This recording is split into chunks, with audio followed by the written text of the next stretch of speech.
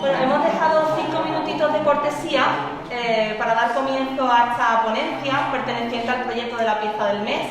En 2022 hemos celebrado este proyecto gracias al área de desarrollo socioeconómico y turístico de nuestra ciudad, del Ayuntamiento de Écija, y hoy presentamos la segunda pieza del mes de este proyecto gracias a la exposición que hoy nos hará nuestra ponente Almudena Vero Gala. Está relacionado, los protagonistas hoy son estos cuencarios pertenecientes a una de las necrópolis de nuestra ciudad, fechados en época romana, y es un gran placer que desde que contactamos con ella en ningún momento dudó en venir a nuestra ciudad y presentar estas piezas, teniendo en cuenta que además viene desde Murcia. O sea que, sabiendo además que los transportes desde allí tampoco son sencillos. Almudena Vero Gala es doctora en Historia y Artes por la Universidad de Granada, en la cual defendió su tesis en el año 2019 sobre el vidrio de ventana romano en la Bética. Actualmente es investigadora postdoctoral del programa Juan de la Cierva, formación en el grupo de investigación Arqueología Histórica y Patrimonio del Mediterráneo Occidental de la Universidad de Murcia. En esta universidad desarrolla, bajo la tutela de don José Miguel Noguera Celdrán, una nueva línea de investigación dedicada al estudio de vidrio romano y andalusí en la ciudad de Cartagonova y en el conjunto arqueológico de San Esteban. Es además colaboradora de la Universidad de Newcastle, en Reino Unido, en los proyectos que esta universidad ha realizado en la Alhambra y Medina Zahara. Participa también en el proyecto de Al-Andalus Glass Project, con miembros de esta misma universidad, con el objetivo de definir las tipologías de la vajilla de vidrio andalusí. Destacar también el estudio que ha realizado de los vidrios procedentes de la necrópolis Llanos del Pretorio, de Córdoba, así como otras investigaciones que actualmente lleva a cabo en Portugal y en otras zonas de España. Ha participado en numerosos seminarios y congresos nacionales e internacionales y cuenta con publicaciones de impacto en materia de conservación, arqueometría e historia del vidrio. Sin más, de nuevo agradecer tu visita a Écija, tu gran ponencia de hoy, y gracias a ustedes siempre por acompañarnos en nuestra pieza del mes. Muchas gracias.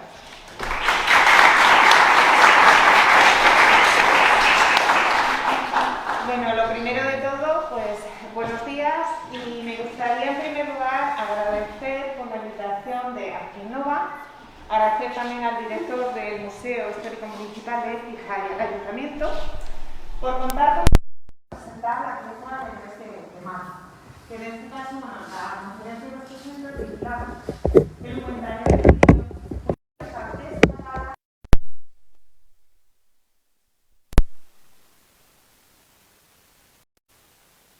de vidrios.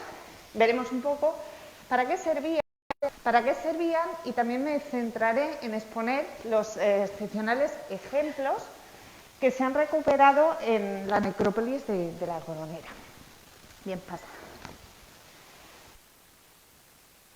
¿Dónde se ubica esta necrópolis? Corresponde a una de las necrópolis que se desarrollaban en época romana en torno a las principales vías de entrada y salida a la ciudad. En concreto, esta se sitúa en la vía que comunicaba Astigi con Hispalis. Entre los años 1999, 2000 y 2001 fue objeto de una serie de intervenciones de excavación, con motivo de un cambio del suelo de tipo industrial a suelo urbanizable. Intervenciones de urgencia se hallaron 39 tumbas de cremación y 7 de inhumación en la primera, y en la segunda 23 tumbas de cremación y un posible ustrinum, es decir, un quemadero colectivo para los cuerpos. Bien, recibe este nombre precisamente porque en la zona se ubicaba una antigua industria algodonera. Los materiales que se han recuperado, tanto en los contextos como asociados a los ajuares y las ofrendas a los difuntos, sitúan un momento de ocupación de la zona entre finales del siglo I a.C. e inicios del III ya después de Cristo. Como podéis ver, una ocupación bastante prolongada de esta área como zona cementerial. Pasa. ¿Sí?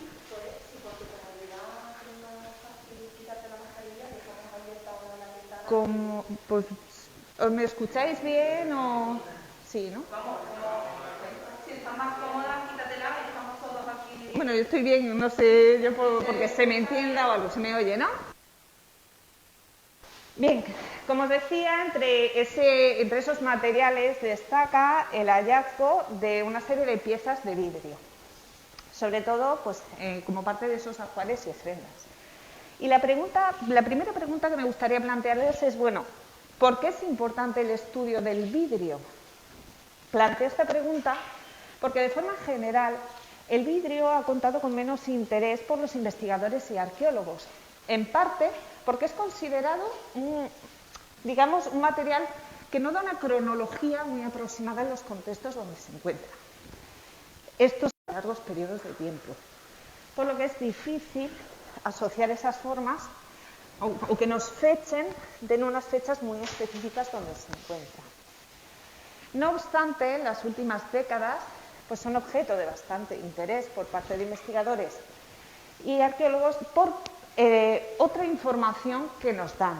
Es decir, el estudio de este material nos permite conocer los distintos usos que tuvo el vidrio en la antigüedad.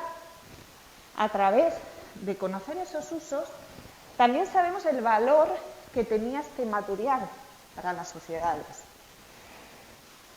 Averiguar estas técnicas de elaboración, las formas, nos da una pista, también los análisis químicos nos indican la procedencia de estos objetos y esta información nos permite establecer las antiguas redes de comercio y distribución. Además, a través de esta investigación de las formas, de las técnicas de elaboración, sabemos el grado de especialización que tenían los talleres artesanos de los que procedían estas piezas.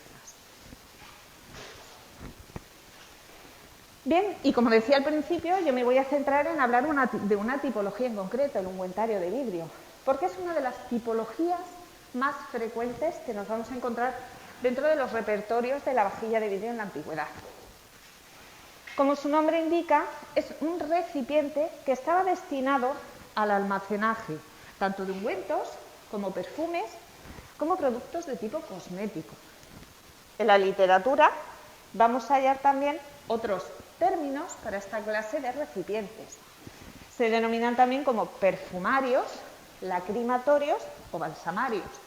Algunos investigadores, por ejemplo, realizan la distinción entre los balsamarios como aquellos recipientes con un contenido, con un depósito inferior respecto a los ungüentarios. Pero en general, la denominación que vamos a encontrar es la de ungüentario. ¿Y por qué se da ese amplio desarrollo del ungüentario de vidrio en la antigüedad? Principalmente viene asociado por dos factores. Por un lado, la relación con el contenido, con la demanda del contenido que albergaban estos recipientes. El amplio uso de perfumes que existía tanto en la vida privada como en la vida pública. Además, vamos a ver cómo determinados avances que tienen lugar en un determinado periodo respecto a las técnicas de elaboración del vidrio favorecen pues, la mayor presencia de estos recipientes en estos contextos.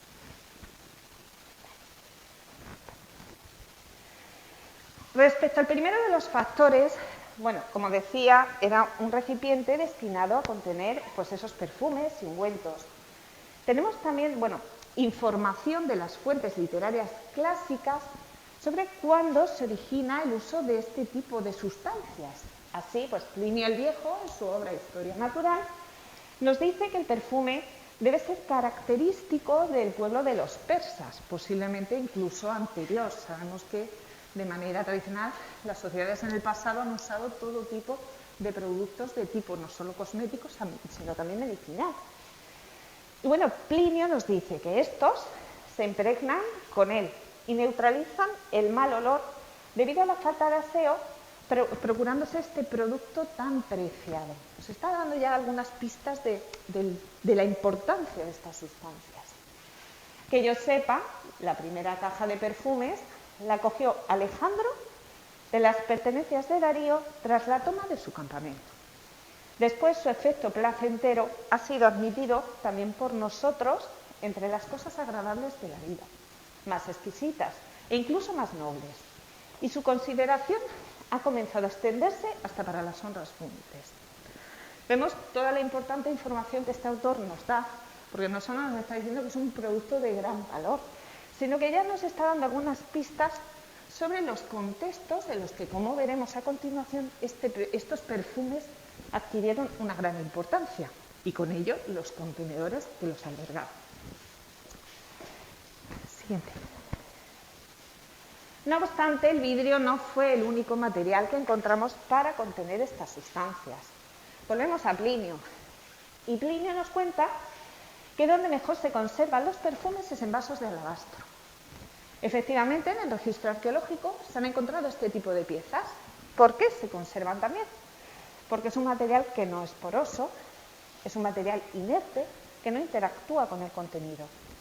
En esta línea vamos a encontrar otros ungüentarios como los realizados en cristal de roca. El cristal de roca, como veis, tiene una apariencia muy similar al vidrio. Además, es curioso que desde la antigüedad esa denominación de cristal y vidrio ha sido común, frecuente, y es una denominación que actualmente tenemos y es errónea, porque el cristal es un material y el vidrio es otro completamente diferente. Estos materiales pues, eran los más apropiados para la conservación de estas sustancias. Sin embargo, pues, la limitación a la extracción de ellos en determinados puntos y las técnicas de elaboración, debemos tener en cuenta que son piezas que necesitaban ser talladas en su interior y en su exterior, conllevaba unos procesos más complejos, por lo que el coste de estos recipientes era muy elevado. Por este motivo, es probable que el material más utilizado fuese el cerámico. No era el más apropiado por la porosidad de la cerámica y porque además, como dicen algunos autores, por ejemplo, en el caso de los vasos para consumir un líquido, aportaba cierto sabor al contenido.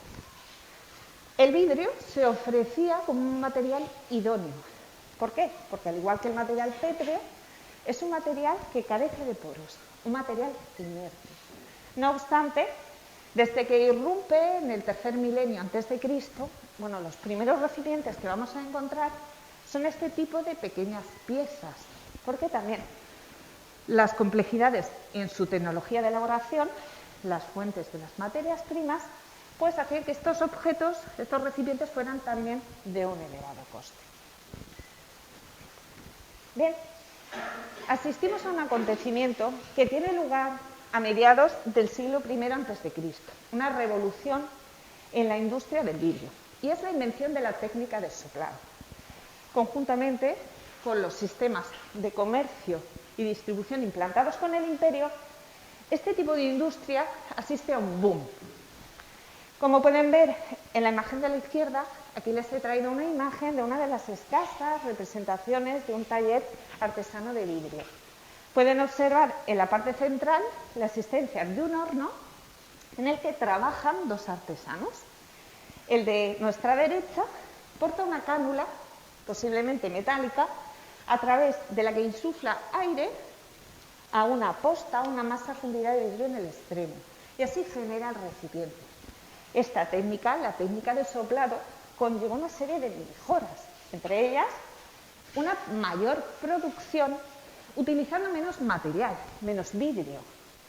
Esto se traduce en un abaratamiento de los costes y en un mayor rendimiento. Todo ello repercute en la reducción del precio final del objeto. Y muchas de estas personas, de estas sociedades que no podían adquirir estos objetos de lujo, acceden al vidrio. Además, asistimos a una ampliación importante de las tipologías que empiezan a realizarse. Esta técnica favorece esa variedad tipológica. En este caso, y volviendo a los ungüentarios de vidrio, vemos cómo es uno de los recipientes que más se va a elaborar, debido, claro, siempre asociado por ese elevado consumo de las sustancias que contenía, y vemos cómo se multiplican las formas de estos recipientes. Generalmente, esas formas están asociadas, tienen un factor importante respecto a la función de estos recipientes, aunque también vamos a encontrar que se les dota de un carácter estético. Generalmente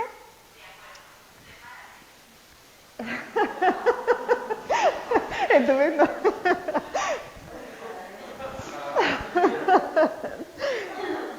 Generalmente se trata de recipientes que tienen, como pueden ver, un cuello alargado. Esta particularidad formal lo que permitía era un control del vertido. Algunos, como pueden ver en la imagen de la izquierda, presentaban incluso una pequeña constricción para, bien, o para delimitar la cantidad que debía albergar el recipiente o para controlar el vertido. Sabemos que posiblemente estos, por el coste, hemos dicho que se produce un abaratamiento de los costes, pero siempre la cerámica era mucho más económica. Entonces es posible que estos recipientes fuesen reutilizados. No obstante, conocemos tipologías de vidrio que necesitaban ser fragmentadas para su uso. Por ejemplo, las formas que pueden ver a la izquierda en la parte inferior corresponden a tipos de ungüentarios que se han hallado. En concreto, he traído la forma Isins 10 y la Isins 11.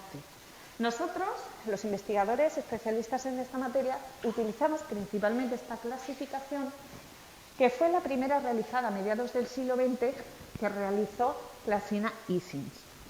Entonces, de ahí que se denominen así los recipientes.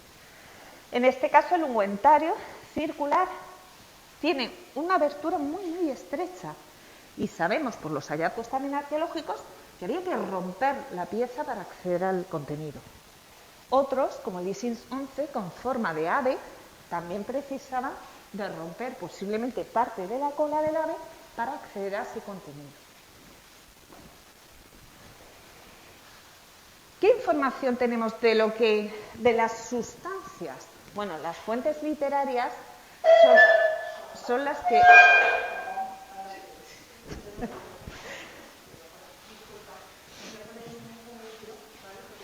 Sí. No me llevo yo bien con estas cosas. ¿La puedes coger con la mano? Vale. ¿Se me oye ¿Ahora mejor? no sé? ¿Sí? Ahora sí. Pero voy a poner por aquí, ¿no? Vale. Uy. No sé cómo va eso. Lo tiene que poner así. ¿Ahora mejor? Claro, es que sí, igual con el movimiento... Y yo que soy... mejor, Almudena? Vale, y yo que soy bastante nerviosa, posiblemente me mueva más de la cuenta. Pues si no, incluso lo dejamos aquí, cercano al suelo. Es que ese sol... Perdón. Se acopla con... No es buena idea. Se acopla, yo creo que con el acopla micro mejor, de aquí. Sí, se acopla con su micro que tiene puesto de la televisión. ¿Queréis que me quite la mascarilla? A ver si ahora se escucha un poco mejor. Me quito la mascarilla, si queréis, para hablar. A ver si ahora se escucha Bien. mejor. Cosas del directo. Bien. Nos habíamos quedado en qué contenían estos recipientes, estos ungüentarios de vidrio. Y yo os decía que las fuentes literarias pues nos informan, nos dan una enorme cantidad de información sobre los perfumes, los sistemas de elaboración, etc. No obstante, he querido traeros un texto de Ovidio, donde se dice lo siguiente: las blandas cenizas bebieron los ungüentos mezclados con las lágrimas y recibieron los pelos arrancados de su cabeza. Estamos hablando de una ofrenda a un difunto, a un familiar. Por 3 veces dijo adiós, por 3 veces se acercó y oyó con su boca las cenizas y en ellas le pareció que seguía estando su hermano. Bueno, os he traído este texto porque de las palabras de Ovidio es de donde ha venido esa denominación que os decía al principio de lacrimatorios. Esa imagen que se tiene quizá un poco idealizada de que ciertos recipientes, sobre todo esos que tienen forma de tubo, estaban destinados a contener las lágrimas de la persona que hacía la ofrenda al difunto. Si bien es cierto que la información que tenemos sobre el contenido a nivel arqueológico es muy escasa. Posiblemente determinadas formas debían estar elaboradas, destinadas para un determinado componente, para una determinada sustancia.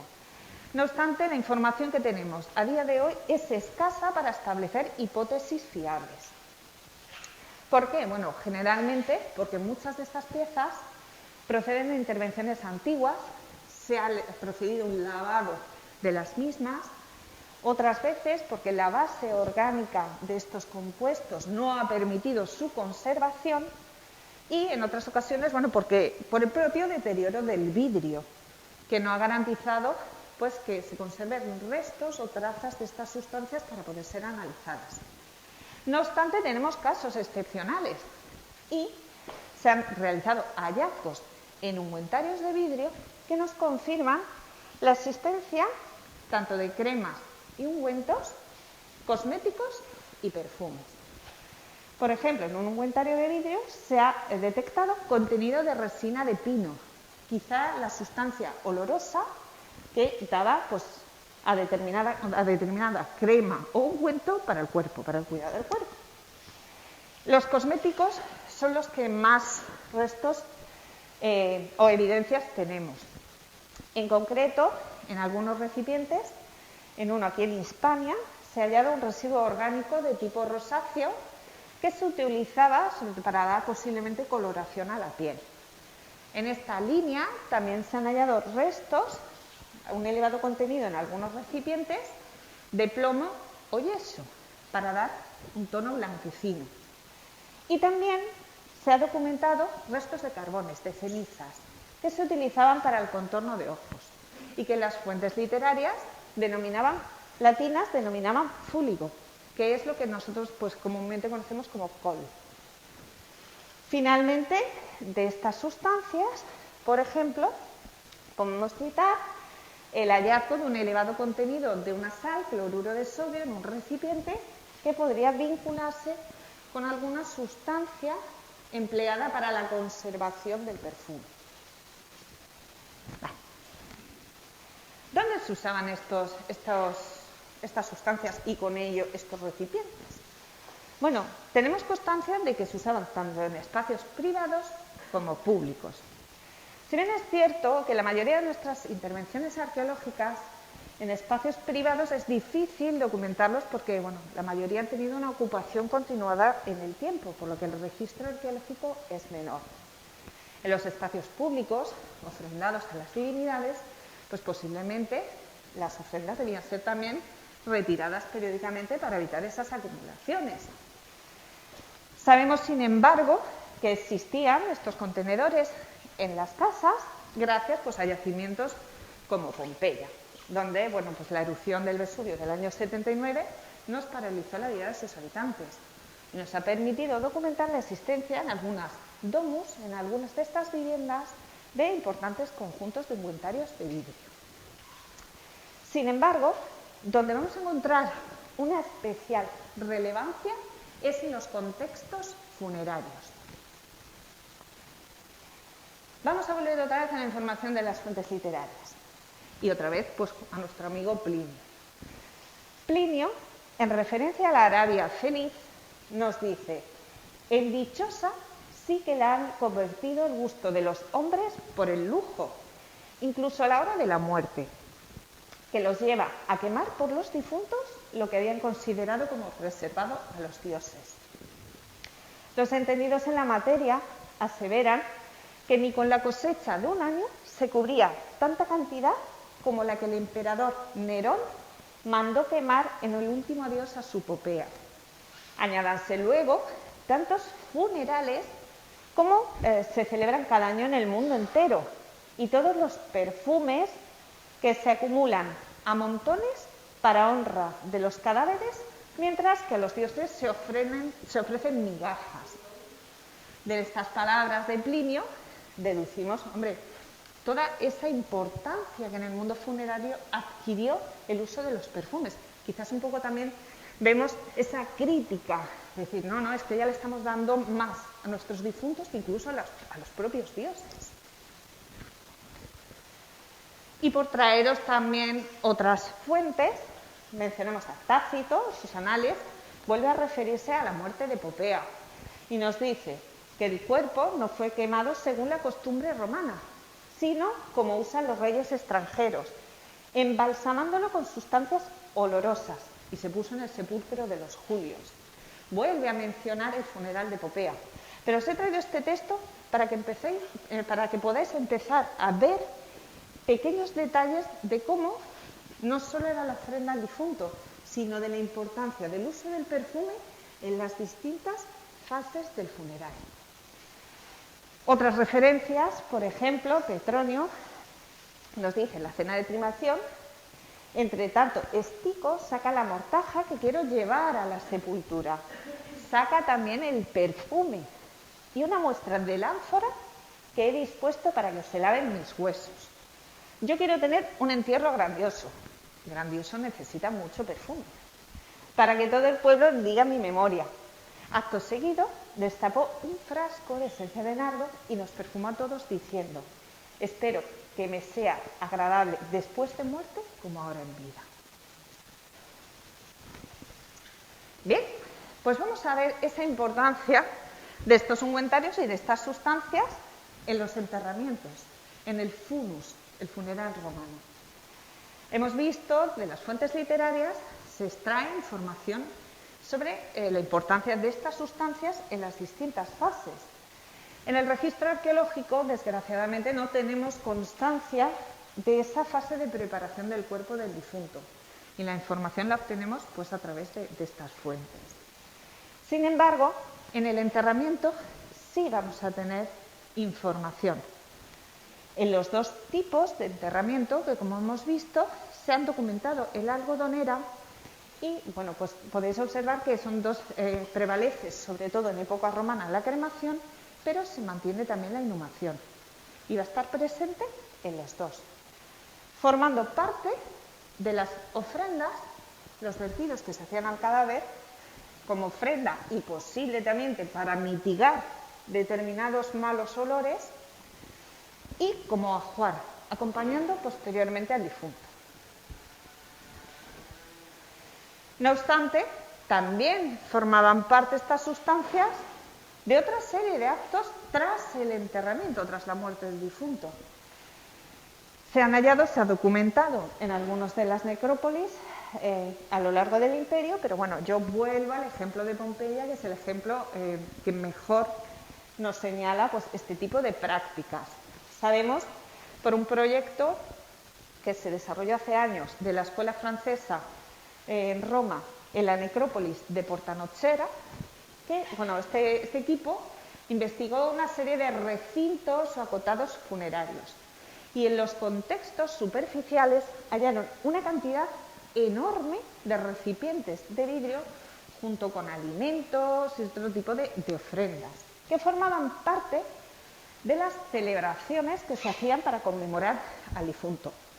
En el calendario romano pues se sabe que determinadas fiestas estaban destinadas a ello: las Parentalia, las Cemuria o las Rosalia. Pero también se celebraba el cumpleaños del difunto o incluso la conmemoración de la fecha de la muerte. Bueno, pues volvemos a la necrópolis de la Algodonera. Y aquí, llegados a este punto, vamos a ver qué nos encontramos en los contextos de esta necrópolis. Como os decía al principio, existe un importante registro de materiales de vidrio dentro de, bueno, pues tanto los ajuares como las ofrendas que formaban parte de los enterramientos. Y lo localizamos efectivamente tanto en cremaciones como en inhumaciones. No obstante, me gustaría puntualizar que esto no es un fenómeno homogéneo, es decir, no todos los enterramientos presentan un recipiente de vidrio o un objeto de vidrio, sino que algunos difuntos no tienen ni siquiera un ajuar y algunos enterramientos presentan más de una pieza. Esto posiblemente esté asociado bien pues, por el gusto familiar o incluso por el poder adquisitivo de la familia a la hora de realizar las ofrendas. Bien, ¿qué variedad tipológica encontramos en el registro de la algodonera? Bueno, aquí hemos traído y estas piezas forman parte de la vitrina que tenéis en la sala. Son las piezas más completas, pero es una mínima parte de lo que se ha recuperado en esta necrópolis. Lo que pasa que muchas de ellas se encuentran fragmentadas y necesitan pues, de un laborioso proceso de restauración que nos permita conocer detalladamente su forma. En este caso, bueno, pues he traído el ungüentario tubular, que se denomina así por su nombre, y que es una producción muy utilizada de ungüentarios de vidrio durante las primeras, sobre todo durante los siglos, desde el siglo I hasta el III. ¿Veis ese amplio rango cronológico? Claro, nos aporta una fecha muy exacta donde se halla. No obstante, bueno, hay pequeñas diferenciaciones. Algunos presentan esa constricción de la que yo os hablaba, que servía para controlar el vertido. A veces el tamaño nos puede dar una indicación de cuándo un ungüentario es anterior a otro. Sabemos que los ungüentarios con constricciones de un tamaño reducido predominaron en el primer siglo después de Cristo y los ungüentarios tubulares alargados sin ningún elemento son un poquito posteriores. El segundo grupo, el grupo de los ungüentarios de candelero, que se denominan así por ese cuello alargado y por un depósito achatado, son producciones de finales del siglo I después de Cristo, pero que van a predominar sobre todo en el siglo II. De hecho, pues, las primeras tienen ese borde tallado y pulido a fuego, mientras que las más avanzadas, que correspondería con el ungüentario que tienen más a la izquierda, tienen el borde doblado hacia el interior. Vemos que hay pequeños rasgos que nos permiten obtener una información interesante. Estos dos grupos se caracterizan por ser, generalmente, estar elaborados con un vidrio de tono verde azulado. Bueno, no sé si saben que este es el color natural del vidrio.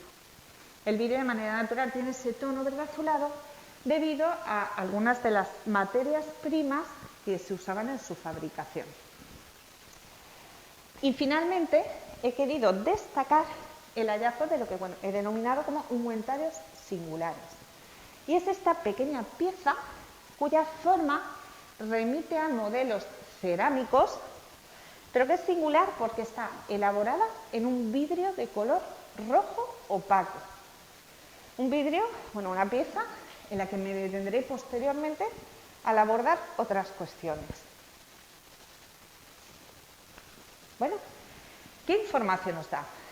Sabemos que contenían ungüentos, perfumes, pero también encontramos determinados rasgos que son interesantes a la hora de conocer determinados procesos en el funus. Por ejemplo, en el caso de las inhumaciones, las piezas, claro, aparecen completas, pero en las cremaciones distinguimos la existencia de ungüentarios deformados. En el informe de la primera fase de excavación, fijaros que hay una amplia presencia de estas piezas en los enterramientos, en muchos de estos enterramientos. ¿Qué nos indica? Bueno, nos está indicando que estos contenedores y su contenido formaron parte de las ofrendas en un momento previo a la cremación del difunto. Muchas veces, la pieza que tienen en pantalla procede de la necrópolis de Llanos del Pretorio de Córdoba, pero si observan, pues tienen la boca, el cuello y es un ungüentario de tipo globular, pero veis cómo está deformado. A veces el grado de deformación nos indica también pistas sobre dónde estaba el ungüentario ubicado dentro, si estaba más lejos o más cerca del foco central de calor de la pira. Incluso estas piezas nos dan, mediante una serie ya de estudios arqueométricos, nos pueden dar información sobre la temperatura que alcanzaban las piras. Para que veáis un poquito que toda la información que les traemos a esta clase de recipientes. Siguiente. Bueno, y otra cosa también muy interesante de estos materiales. ¿Por qué recoger un recipiente deformado? el hecho de que forme parte, porque los huesos una vez cremados se seleccionaban y se depositaban en su lugar de enterramiento y recogían también estos recipientes, lo que nos da una información real de la importancia que el material en sí mismo tenía para la sociedad de ese momento. Es decir, perdida esa forma, seguía siendo un objeto de valor como para ser recuperado intencionadamente y formar parte de ese ajuar del difunto junto con otras piezas cerámicas, incluso solo. Pero para que veáis un poco la importancia del vidrio. Bueno, me gustaría terminar este bloque tratando un poco otra información destacada que se extrae del estudio de estos recipientes, y es quiénes los elaboraron. La investigación nos lleva, como os decía también al principio de esta charla, a indagar en cuestiones sobre la procedencia de estos recipientes y establecer cuáles eran las redes comerciales en la antigüedad. Además, nos aporta datos de la industria vidriera en Hispania, una industria de la que desafortunadamente tenemos a día de hoy todavía un escaso conocimiento. Y además nos permite, si sabemos la procedencia, conocer el grado de especialización que tenían los artesanos que elaboraron estos recipientes.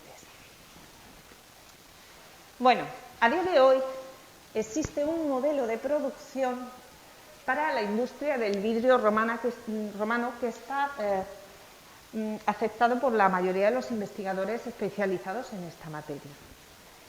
Y es que la manera de proceder a su estudio es a través sobre todo de la caracterización química de los materiales. Cuando se analizaron numerosas piezas de época romana, se observó que todas tenían unas composiciones muy homogéneas. Una serie de hallazgos arqueológicos han evidenciado la existencia de unos centros conocidos como centros de producción primarios que se ubicaban en el Mediterráneo oriental y que elaboraban vidrio en bruto, es decir, vidrio en bloques, junto con piezas ya acabadas, pero sobre todo vidrio en bruto que se fragmentaba, se transportaba vía marítima a otros centros, los centros de producción secundarios, alejados de esas fuentes de las materias primas, que fundían ese vidrio en bruto y elaboraban los objetos. Bien, ¿cuál es el problema que nos encontramos? Que claro, a través de la caracterización química es difícil a veces determinar la procedencia si todos usaban la misma materia prima. Bueno, pues se recurre a otro tipo de información. En este caso, generalmente cuando aparece una tipología, un número elevado de ejemplares de una misma tipología, se deduce una posible procedencia local. También hay que tener en cuenta la complejidad en los sistemas de elaboración. Generalmente, estos talleres secundarios siempre existe la hipótesis de que trabajaban, eran menos cuidadosos a la hora de trabajar que esos talleres especializados de Oriente. Entonces, esas formas, comentarios tubulares, de candelero, algunos incluso de candelero han aparecido en determinadas áreas con un sello, lo cual ya nos da información de posible procedencia local, que nos indicaría que posiblemente estos ungüentarios fueron elaborados en algún taller de Astigi o en alguna población cercana. Además, debemos tener en cuenta que la fragilidad del vidrio, un transporte a largas distancias, conllevaba posiblemente la pérdida de una importante cantidad de la carga, por lo que estos objetos tan demandados se elaborarían en talleres locales. Pero recuperamos nuestra pieza de vidrio rojo opaco. Y ¿de dónde procede esta pieza? Pues casi con toda seguridad estamos ante una pieza importada. Como podéis ver, este tipo de vidrio es un vidrio que aparece, no es muy frecuente en las excavaciones, lo que ya nos está dando una pista. Su forma ya decía que remite a modelos cerámicos, pero sabemos que este tipo de producciones, el vidrio rojo opaco, era un vidrio con una implicación tecnológica complicada. Además, de hecho, si observan bien la pieza, verán que tiene una especie de vetas oscuras que le generan ese marmoleado, que es producto de los problemas para conseguir, no eran capaces de conseguir un vidrio rojo de gran pureza. Entonces, generalmente se formaban estas vetas. Posiblemente esté situado el taller, la procedencia, en la costa sirio-palestina o en esa parte del Mediterráneo oriental. De hecho, se han hallado hornos que hacían este tipo de producciones, en concreto en Grecia, pero ya en el siglo XI, y entre los siglos XI y XIII también sabemos que se realizaba en puntos entre Jerusalén, también Siria, porque la enorme cantidad que aparecen de restos de este tipo de recipientes. Y posteriormente sabemos que también se hacía en época moderna en algunos talleres en Alemania y Venecia, para que veáis un poco cómo desde época romana hay formas, tipologías y vidrios que se repiten, pero estamos observando que es un fenómeno puntual, con lo que posiblemente estemos ante una pieza importada, quizás con un contenido un poco más lujoso, o posiblemente adquirida por una familia un poco más pudiente. Bueno, pues me gustaría concluir un poco haciendo un resumen de todas estas tipologías de vidrio que hemos encontrado en la algodonera. En concreto, destacar la importancia de esos ungüentarios de vidrio, que forman una parte destacada de esos ajuares y de esas ofrendas, y que nos evidencian todo ese vertido de todas esas sustancias que ya se quejaba Plinio de la cantidad que se usaba en los momentos posiblemente previos, durante la cremación y en las ofrendas que se hacían posteriormente. Además, vamos a encontrar un repertorio de formas que es habitual en muchas de las necrópolis de este periodo de la Bética, con la excepción de piezas tan extraordinarias como este pequeño ungüentario de vidrio rojo. Simplemente, mencionarles que el estudio de estas piezas no deja de ser o nos permite conocer un recipiente que hoy en día todos tenemos en nuestras casas. Y pues también evidencian que a día de hoy, al igual que hace 2000 años, el vidrio sigue siendo uno de los materiales más óptimos para seguir conservando estas sustancias. Bueno, pues simplemente aquí tienen mi correo electrónico, cualquier duda que quieran plantearme, y finalizar agradeciéndoles enormemente su atención.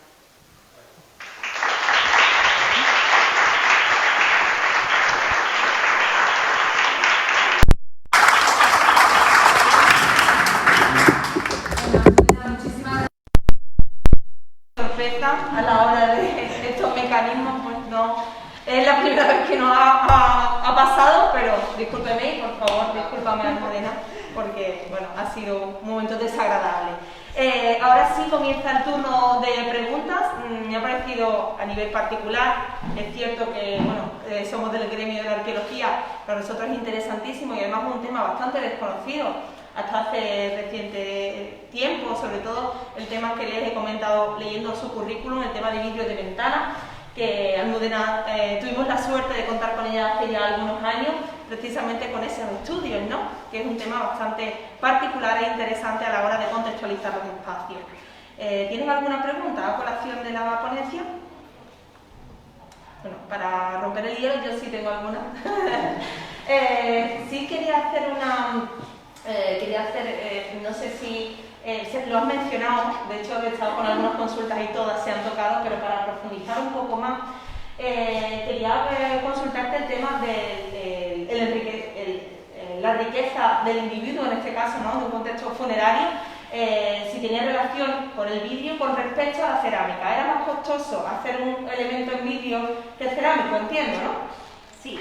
A ver, el proceso, no solo ya estamos tratando de que importaban la materia, Ojo que también hay que tener en cuenta que muchos de estos talleres secundarios se abastecían de otro suministro, que era el reciclaje. Si pensamos que nosotros reciclamos, los romanos reciclaban más. Y el vidrio era una materia que se reciclaba continuamente. Es cierto que, hombre, generalmente lleva una serie de complejidades tecnológicas un poco mayores que la cerámica. No obstante, también, hombre, es importante, aparte de estudiar el vidrio, ver también qué otros materiales aparecen asociados a estos ajuares.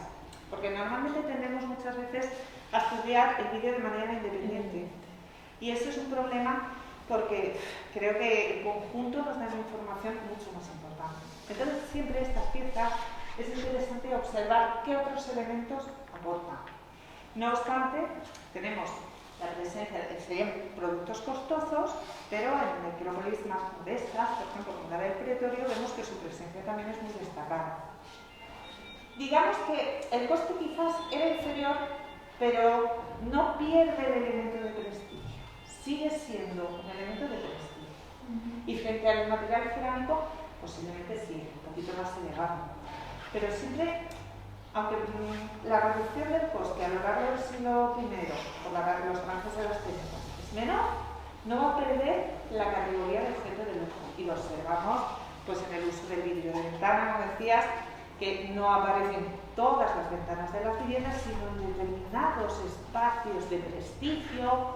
Entonces, nos lleva a ver que efectivamente las sociedades adquieren estos productos, pero siguen manteniendo esa importancia.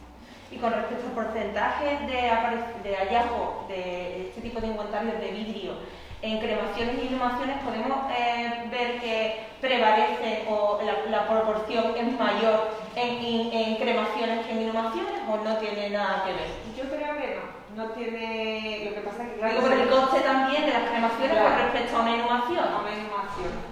Pues eso sería curioso intentar ver esas relaciones, pero claro, como siempre tenemos un menor número de inhumaciones, establecer, muchas veces es como lo mismo con el reciclaje, a veces hacen muchos estudios de restos, de hacer porcentajes para ver el uso, en el caso del vidrio, pero el reciclaje es complicado.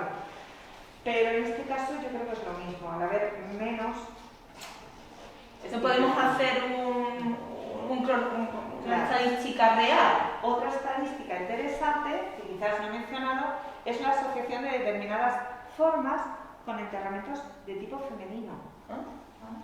Se están viendo algunos estudios, lo que pasa que, claro, hay que considerar que las investigaciones en esta materia, pues somos muy pocos grupos de investigación los que trabajamos en vidrio, pero en esa línea, por ejemplo, en Pretorio sí documentamos la forma, ¿recordáis la forma del ISIS 10?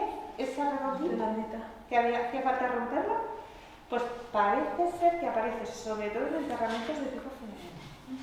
Pero claro, siempre debemos ser un poco cautelosos a la hora de avanzar hipótesis hasta que no tengamos evidencias de peso que nos ayuden a confirmarlas. ¿Por aquí? Bien. Aprovechando que estamos trabajando en Murcia, cerca de Cartagena, sí, quería preguntarte, a lo mejor no algo muy especializado, pero por los centros que sabemos seguros que de producción era dentro de Mérida. Cuando yo sé en Córdoba es probable que lo hubiera, quizá en otras capitales de provincia, en Mérida o Tarragona. No sé si en Cartagena está identificado algún centro de producción, y sé que en la meseta había alguno, y desde luego ya en Toledo es un poco más perdido la producción, pero quería saber ahora mismo qué centros se pueden reconocer en la península ibérica. Pues precisamente estoy preparando una conferencia sobre ese tema, así que me pillas con la información. Sí, por ejemplo, no te lo mandaremos. En Torrellauter hay identificado un centro, hay unas instalaciones. El problema también de los hornos es que muchas veces se encuentra un horno y por el tamaño ya sé que es vidrio, porque muchas veces, precisamente por el reciclaje, no hay evidencias que confirmen ese tipo de producción. Pero si hay hallazgos, por ejemplo, en la calle Sabater de Valencia hay unos documentados, en Mérida es más tardío, pero bueno, ahí se encontraron incluso las herramientas de las varillas de soblados, una cosa espectacular. Luego también en Córdoba he identificado un posible horno, pero hay dudas sobre si era de metal o era vidrio, hay una cierta duda. Sí es cierto que en Cartago Nova hay 3 hornos de vidrio 3 instalaciones identificadas, pero son ya más tardías, siglo III, IV, V. En esos periodos asistimos a una importante presencia de instalaciones, sobre todo reocupando espacios de edificios abandonados, donde posiblemente se abastecía, también seguía existiendo un suministro con el Mediterráneo oriental, pero sobre todo el reciclaje era muy importante. De hecho, por ejemplo, en Anfinipo, en las termas, estudié el vidrio de ventana y pude observar que existían vidrios que habían sido posiblemente utilizados para el reciclaje de las termas, junto con otras producciones contemporáneas a los talleres. Entonces estamos viendo, sobre todo en esos periodos, como también es cierto que las instalaciones de vidrio, los hornos están hechos en materiales más perecederos. Entonces también existen hipótesis que eran actividades más temporales. Entonces todavía está, pero existía un tipo de producción siempre de tipo secundario. A día de hoy no tenemos evidencias, aunque Plinio dice que se elaboraban con materias primas en España. Plinio miente, por lo menos a día de hoy. Bueno, posiblemente es un error de traducción, pero a día de hoy todo nos está indicando que los talleres que existían aquí en Hispania eran secundarios. Todo. Sobre todo las evidencias son más tardías. Hay alguno por ahí también inédito que tengo pendiente de estudiar, siglo I, II, a ver qué información nos da.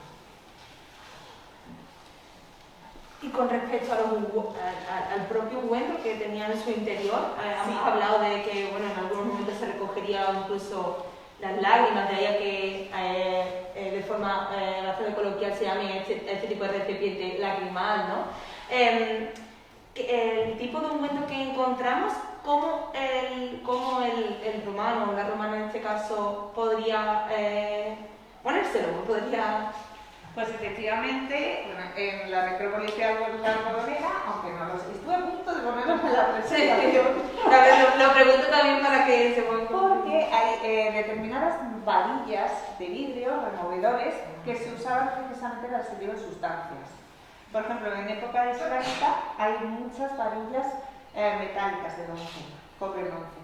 ¿Por qué? Porque muchas veces dicen, no, material médico. Siempre que aparecen estas varillas es material médico. ¿Cuánto médico había en la antigüedad de las casas? Pues posiblemente sean precisamente para remover el ungüento y para poder aplicarlo posteriormente. Como Sí. El contenido del ungüento, hay trazas de plantas locales, puede quedar algo de... Pues las fuentes sí, pero... A ver, es difícil saber exactamente, generalmente el problema que tienen este tipo de residuos orgánicos es que se produce una serie de procesos de oxidación muy complejos.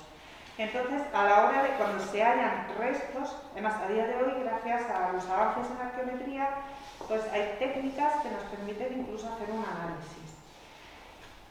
Y bueno, la mayoría lleva una complejidad, se puede intentar averiguar, pues es sustancia de tipo vegetal, a veces muy concreta, pero no siempre. Posiblemente muchos se elaboraban en las casas, pero otros tenían también se importaban. Además, de hecho, creo que las fuentes literarias te dicen también algunas mezclas, traído, no sé qué traído de tal sitio. Así que yo creo que, bueno, también sabemos que existían vicus, por ejemplo, en Roma, es decir, zonas de artesanos que elaboraban elaboraban perfumes. O incluso ahora estoy recordando que las fuentes literarias mencionaban que determinadas familias imperiales tenían su propia persona destinada a elaborar los perfumes. Así que podía ser una producción local, pero también con componentes tanto locales como otros traídos de fuera. Podían viajar bien conocidos, supongo este año. Sí. Desde dónde viajaban. Efectivamente. ¿Y lo que sí era el recipiente, sería un tapón de madera o...? Bien, buena pregunta. A ver, los recipientes, estoy a punto de traer una imagen también de portamochera, porque uno de los documentarios apareció con una masa, con una sustancia en la parte superior. Lo que pasa es que no se ha investigado bien, no se ha analizado para saber si era parte del tapón que se lleva el contenedor o de restos de alguna sustancia. Lo cierto es que se han encontrado evidencias de tapones de corcho, por ejemplo, en época islámica tenemos algunos ejemplos, pero también se usaban tapones de vidrio. Lo que pasa es que es cierto que debían de tener alguna sustancia o algún material para poder garantizar la conservación y que no se evaporase. Pero generalmente evidencias hay, por ejemplo, de materiales como corcho o algún tapón, alguna tapadera que garantizara la estabilidad del contenedor.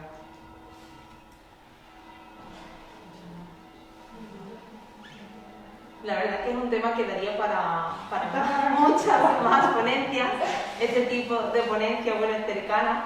Y bueno, creo que he solventado algunas de las dudas que siempre además tenemos con respecto a este tipo de recipientes y lo que llevaba en su interior, que también es algo que nos suscita mucha inquietud, ¿no?